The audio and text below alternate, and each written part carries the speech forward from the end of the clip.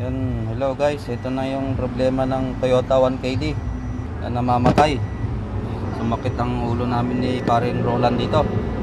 Ito pa lang dahilan, no? Putol lang isa. Ayan, no? Oh! Ayan, diba? Mayroon doon. Ayan, no? Putol.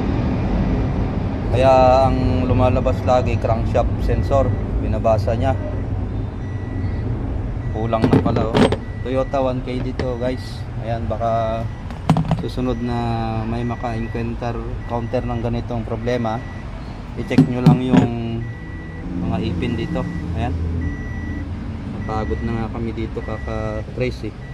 Ayan guys, oh, halatang halata na naputol, oh. Ayan, welcome to my channel guys. Ayan, Toyota 1KD.